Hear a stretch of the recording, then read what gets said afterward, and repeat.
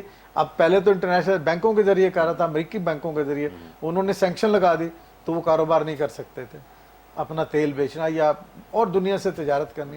اب یہ بینک جو ہے, اس بینک کے ذریعے ایران اپنی تجارت کر سکے گا, اور یہ وہ ایک لیوریج ہے, کیا وہ ایک ایڈڈ ایڈوانٹیج ہے ایران کو کہ وہ ایک گلوبل آئسولیشن سے نکل کے اور اس جو پریشر تھا سینکشنز کا اس سے نکلنے میں اس کو مدد ملے گی. یعنی یہ کانفیڈنس کانفیڈنس ٹھیک ہے. اور پولیٹیکلی اب وہ بھی آپ دیکھ لیں, پولیٹیکلی چین کی طرف سے کہا گیا کہ ہم سعودی عرب اور ایران کے ساتھ کے درمیان بھی بات چیت کو یعنی فیسیلیٹیٹ کرنے کو تیار ہیں.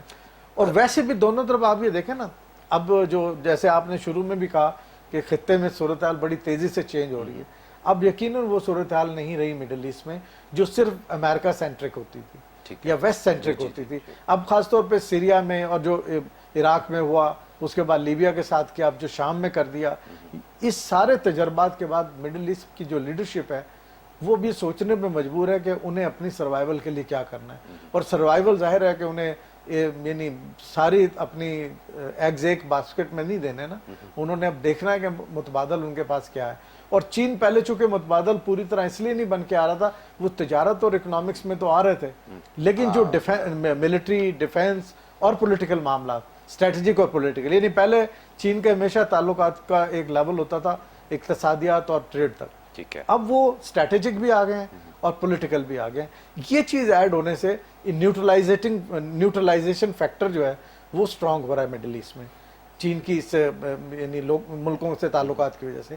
تو یہ وہ چیزیں ہیں جو وہاں کی لیڈرشپ اس کو دیکھ رہی ہے. ٹھیک ہے. تو میں جو آپ نے ابھی جو بات کی ہے کہ پہلے وہ سعودیہ گئے ہیں, اس کے بعد پھر انہوں نے ایران کا دورہ کیا ہے, تو اس سے ہم یہ اخذ کر سکتے ہیں کہ انہوں نے کانفیڈنس میں لیا ہے, کیونکہ یہ دو رائیولز تو ہیں اس خطے کے مڈل ایسٹ کے, ایران اور سعودی عرب. تو اگر وانگ ہی وہاں پہلے گئے ہیں اور اس کے بعد آ کے وہاں پہ معاہدہ کرتے ہیں ایران میں, اس پہ کوئی کوشچن نہیں آتا, کوئی ایسا ریئیکشن نہیں آتا, تو اس کا مطلب ہے کہ چین نے دیگر ممالک کو بھی کانفیڈنس میں لیا ہے. دیکھیں جب اس طرح کی جب مخاصمت ہوتی ہے نا, اور جب کوئی ملک جو دونوں طرف دوستی کی بات کرتا ہے اور اس قسم کا معاہدہ کرتے ہیں, تو ڈپلومیٹکلی یہی سمجھا جاتا ہے کہ انہوں نے اعتماد میں لیا ہے. ٹھیک ہے. اگرچہ وہ کمیونیکے میں یا جو ان کا مشترکہ بیانیہ آتا ہے اس میں نہیں آتی بات, لیکن کم از کم یہ ہے کہ وہ اعتماد میں لینے کا جو کانسیپٹ ہے وہ کسی نہ کسی صورت میں سفارتی حلقوں میں محسوس کیا جاتا ہے کہ ایسا ہوا ہوگا.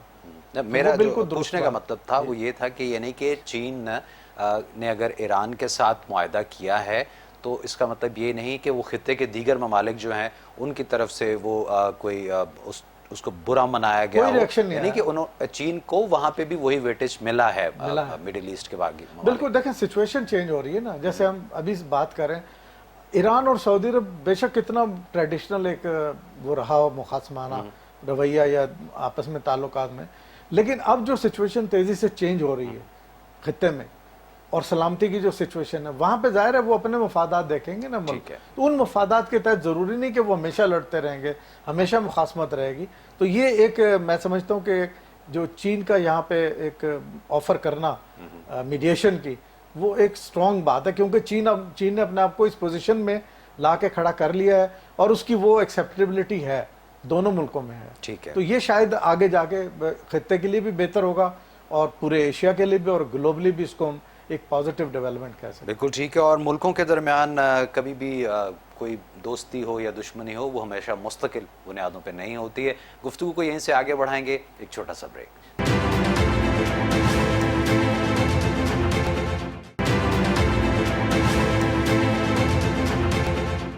Welcome back. ڈاکٹر صاحب, بریک پہ جانے سے پہلے بات جو ہوئی وہ اس سے تو سارا سمجھ میں آ گئی, تناظر بھی کہ اب چین جو ہے وہ کس طرح سے ملکوں کے درمیان, خاص طور پہ اس خطے کے ملکوں کے درمیان میڈیشن کے کردار کے لیے بھی ہمیں تیار نظر آتا ہے. یہ خطہ جو ہے آپ دیکھیں اس میں افغانستان بھی ہے ہمارے پاس, ایران کے اپنے معاملات چل رہے ہیں, پھر سیریا جو ہے اس کے کچھ اور اپنے ایشوز جو چل رہے ہیں, پاکستان اور بھارت جو ہیں ان کے اپنے معاملات بھی سب کے سامنے ہیں. تو آپ سمجھتے ہیں کہ اگر چین اسی اچھے اور نیک ارادے کے ساتھ آگے بڑھتا چلا جاتا ہے اور وہ اپنی ایک پولیٹیکل اس پہ بھی فوٹنگز اپنی بنا لیتا ہے، تو اس خطے کی حد تک ہم یہ فورسی کر سکتے ہیں کہ آنے والے وقتوں میں کچھ صورتحال بہتر ہمیں ہوتی نظر آئے گی، یہ پرانے تنازعات سے ہم کسی نہ کسی حد تک نکل پائیں گے؟ اس میں ہمیں تھوڑا سا یہ دیکھنے کی ضرورت ہے کہ چین نے جو تجزیہ کیا ہے تنازعات کا، جس کا بھی پارٹلی ہم نے ذکر بھی کیا، اس کا محور 3 چیزیں ہیں۔ ایک تو یہ ہے کہ چین نے طے کیا ہوا کہ عدم مداخلت، ٹھیک ہے، کہ کسی ملک کے معاملات میں انٹرفیرنس نہیں ہوگی، ٹھیک ہے، میرا خیال یہی ایک بڑا سٹرونگ پوائنٹ ہے جس کی وجہ سے چین کی ایکسیپٹیبلٹی ہے، ہر کوئی چین سے بات کرنے کو تیار ہے۔ دوسرا جو انہوں نے کہا کہ جو ترقی کے سفر میں تمام لوگوں کو ساتھ لے کے چلنا۔ تیسرا جو ڈیولپمنٹ کا کام چین سوچتا ہے سیاسی تعلقات کے ساتھ ساتھ، جیسے انفراسٹرکچر ڈیولپمنٹ ہے، انڈسٹریل ڈیولپمنٹ ہے، ٹیکنالوجی کا فروغ ہے، یہ وہ ایلیمنٹس ہیں جس کی ہر ملک کو ضرورت ہے، اور چین کے پاس ٹیکنالوجی بھی ہے، ریسورسز بھی ہیں جو وہ انویسٹ کر رہا ہے۔ بی آر آئی کا دیکھ لیں، اتنا بڑا منصوبہ ہے، اس میں انویسٹمنٹ ہو رہی ہے۔ اب ان ساری چیزوں کی وجہ سے اگر دیکھا جائے تو چین نے اپنی ایک پوزیشننگ کو سٹرونگ کیا ہے۔ افریقہ میں دیکھ لیں، ایون یورپ میں دیکھ لیں، بی آر آئی کے حوالے بہت سارے یورپین ملک جو ہیں وہ چین کے ساتھ کام کرنے کو تیار ہیں۔ چین کی جو پالیسی ہے ون ون کی، اس کے تحت یورپین یونین نے ایک بہت بڑا اقتصادی معاہدہ چین کے ساتھ کر رہا ہے، پولیٹیکلی جو ہو گیا، آگے اس کی جزیات طے ہونی ہیں۔ اسی طرح آپ دیکھیں کہ ایشین پیسیفک میں 15 بڑے ممالک جو ہیں، جو 1/3 of the world trade and population, وہ وہاں ایکسیپٹ کر رہے ہیں۔ پھر خود پاکستان اور یہ جو بر صغیر کو دیکھ لیں، یا جو ہم ساؤتھ ایشیا جس کو کہتے ہیں، یا ویسٹ ایشیا جو یہ مڈل ایسٹ کا علاقہ، یہاں پہ چین کے ساتھ اس وقت جس پہ ہم نے بات کی ہے، بہت سارے ممالک کام کرنے کو تیار ہیں۔ یہ وہ سچویشن ہے جس میں چین یقیناً ایک ایسی پوزیشن میں ہے جو یہاں تنازعات کے مقامی حل کی پہ توجہ دی جا سکتی ہے، یعنی علاقائی سطح پہ۔ اب آپ یہ دیکھیں کہ باہر جو علاقے سے، خطے سے بہت دور کے ممالک ہیں، وہ اگر کوئی حل یہاں کے کرنا چاہتے ہیں جو جنگ بیسڈ کی بنیاد پہ ہو، جو حملے کی بنیاد پہ ہو، جو سینکشنز کی بنیاد پہ ہو، اس کے مقابلے میں علاقائی سطح پہ ایک حل ایسا مل رہا ہے جو یہ کہہ رہا ہے کہ ہم نے تنازعات بیٹھ کے طے کرنے ہیں، ہم نے ایسے حل نکالنا ہے تنازعات کا جس میں سب ون ون پوزیشن میں ہو، تمام لوگ تنازعات بھی حل کرنے ہیں اور ترقی بھی کر رہے ہیں۔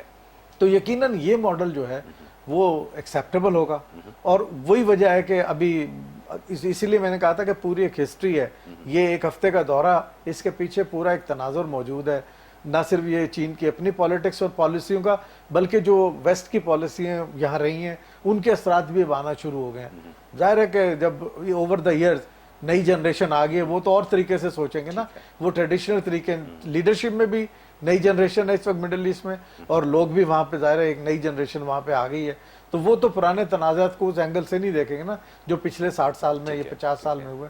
تو اب ضرورت اس بات کی ہے کہ یہاں پہ باقاعدہ طور پہ خطے کے اپنے ممالک مل کے یہاں کے تنازعات کا حل تلاش کریں، اور وہ حل کیا ہے؟ وہ حل یقیناً اسلحہ بیچنے کا حل نہیں ہے، وہ حل یقیناً وار اکانومی نہیں ہے۔ یہاں کی اکانومی، اس خطے کی اکانومی اور اس خطے کے مسائل کا حل ترقی ہے، باہمی ترقی ہے۔ بالکل ٹھیک ہے ڈاکٹر صاحب، ترقی کی آپ بات کر رہے ہیں تو بات وہی ہے کہ ترقی وہی ہوتی ہے جس میں سب شامل ہوں، باہمی جیت کے ساتھ اور انکلوسیونیس ہمیں نظر آئے۔ آج کے پروگرام میں بھی ایک بہت ہی زبردست سی رپورٹ ہم آپ کے لیے لے کے آئے ہیں، وہ آپ دیکھیے، اور دیکھیے کہ انسان کس طرح سے ثقافتی سطح پہ سیڑھیاں چڑھتا چڑھتا اب کہاں پہنچ چکا ہے، لیکن ہزار سال پہلے اس کی صورتحال کیسی ہوا کرتی تھی۔ برادر دوست پڑوسی ملک چین سے ایک یہ دلچسپ رپورٹ۔ ویلکم بیک، بہت بہت شکریہ ڈاکٹر شفقت منیر صاحب آپ کے وقت کا اور آپ کی تنظیم کا۔